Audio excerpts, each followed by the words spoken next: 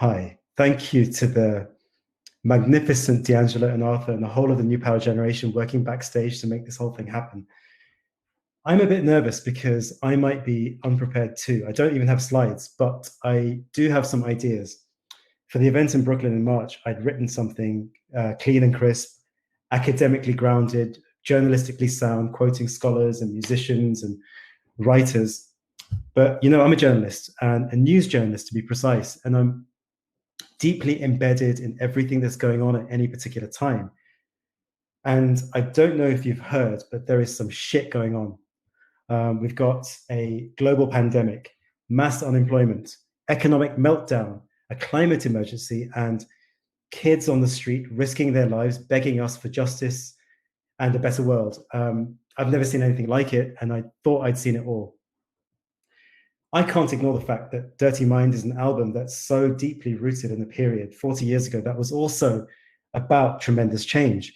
Reagan became president, the Olympic boycott, John Lennon was murdered. And I think it can tell us something about who we are today. This talk might be a little less than polished. The magnificent speakers and panelists yesterday, and a special shout out to my friends Arthur and Seeley. You really made me think, and I decided to do something new that might not be fully formed, but I think I'm with family now, so it's all good. And look, Prince wrote and recorded and mixed Sign of the Times in a single day, so a lot of Dirty Mind didn't take much longer. So this is my tribute to spontaneity and freestyling and telling stories and talking about the world as it actually reveals itself. Dirty Mind revealed so much to me. So, Discovery. I first heard the album in 1993, I think. My brother, Asif Sadullah, is here. I think he's listening. So DM him for the details. He probably knows a lot more about this stuff than I do. I mean, frankly, I don't know what I'm doing here. It's probably because I'm better looking than him. We were 14, 15 years old back then, but the first Prince album that we bought and played to death on our Walkmans and talked about at school and learned all the lyrics to was Diamonds and Pearls. And it's always going to be my first love, even though a lot of it doesn't really hold up today. In those days, don't forget, Prince wasn't cool. He wasn't respected in the British music press, for instance. It's possible that they'd been waiting for the black guitarist who was playing their stuff better than them to fail, or also because the creative output wasn't as strong.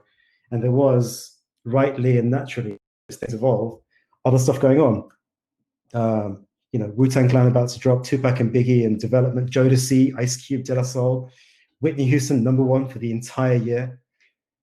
So anyway, if you're a 13-year-old boy from a fairly conservative South Asian family, some of Prince's lyrics, look, I'm 42 years old. I'm a man of the world now, but I still don't know how to handle the thoughts of 23 positions in a one-night stand.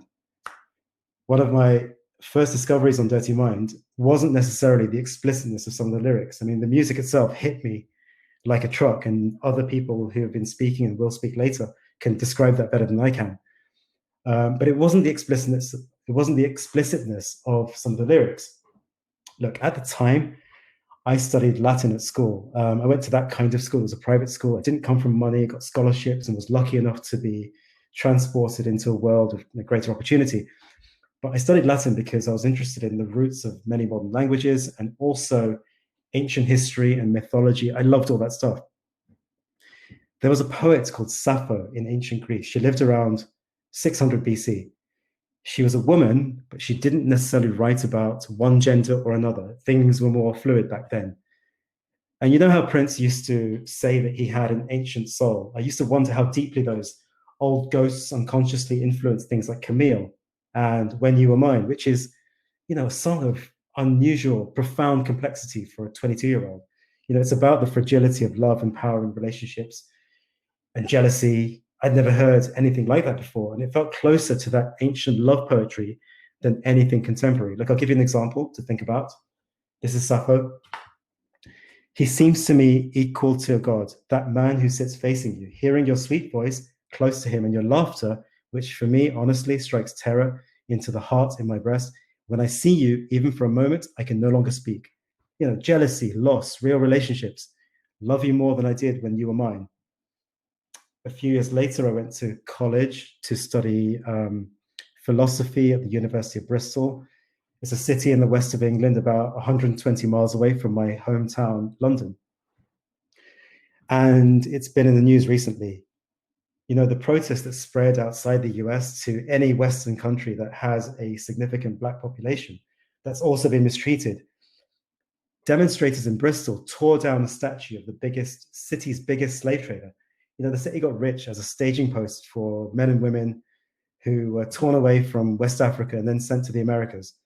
There's a deep and powerful Black culture in Bristol. You know, some of the music, whether it's Black artists or those who owe a debt, Massive Attack, Tricky, Ronnie Size, Portishead, the graffiti artist Banksy, they're all from Bristol. And in the 90s, it was probably the coolest city in the country.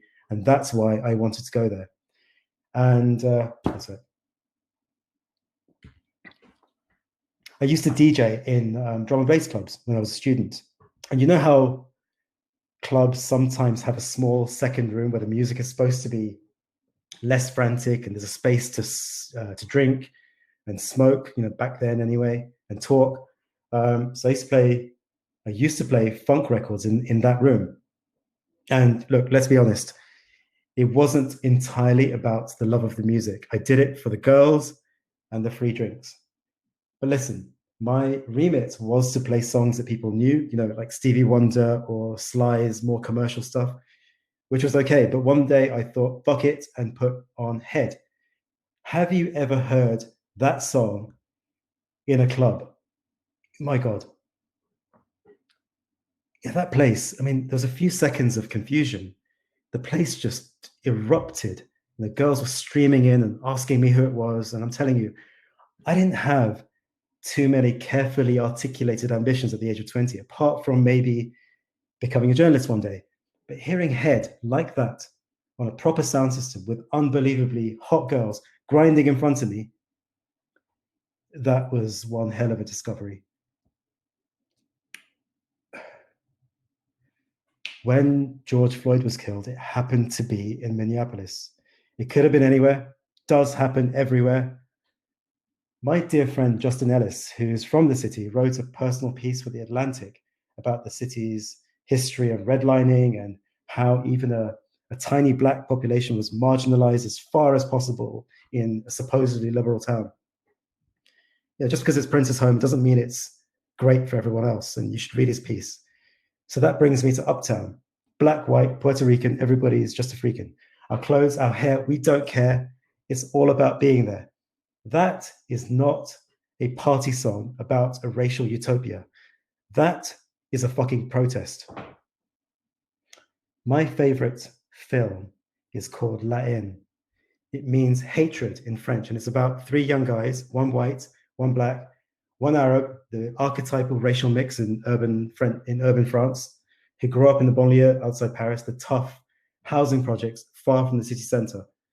And there's an extraordinary line in the film which has resonated with me for so long. L'important, c'est pas la chute, c'est l'atterrissage. L'important, c'est pas la chute, c'est l'atterrissage. It means the important thing is not the fall, it's the landing. The genius of Prince, or any great artist, isn't about the fall, isn't about the journey that each of us are taking with each album. In my view, it's entirely about the landing, the revelations about your own soul and the world around you that you get from a lifetime of engagement with the entirety of a body of work. There's no best album or most important album, but Dirty Mind was the foundational stone in that edifice. Thank you for listening. Peace.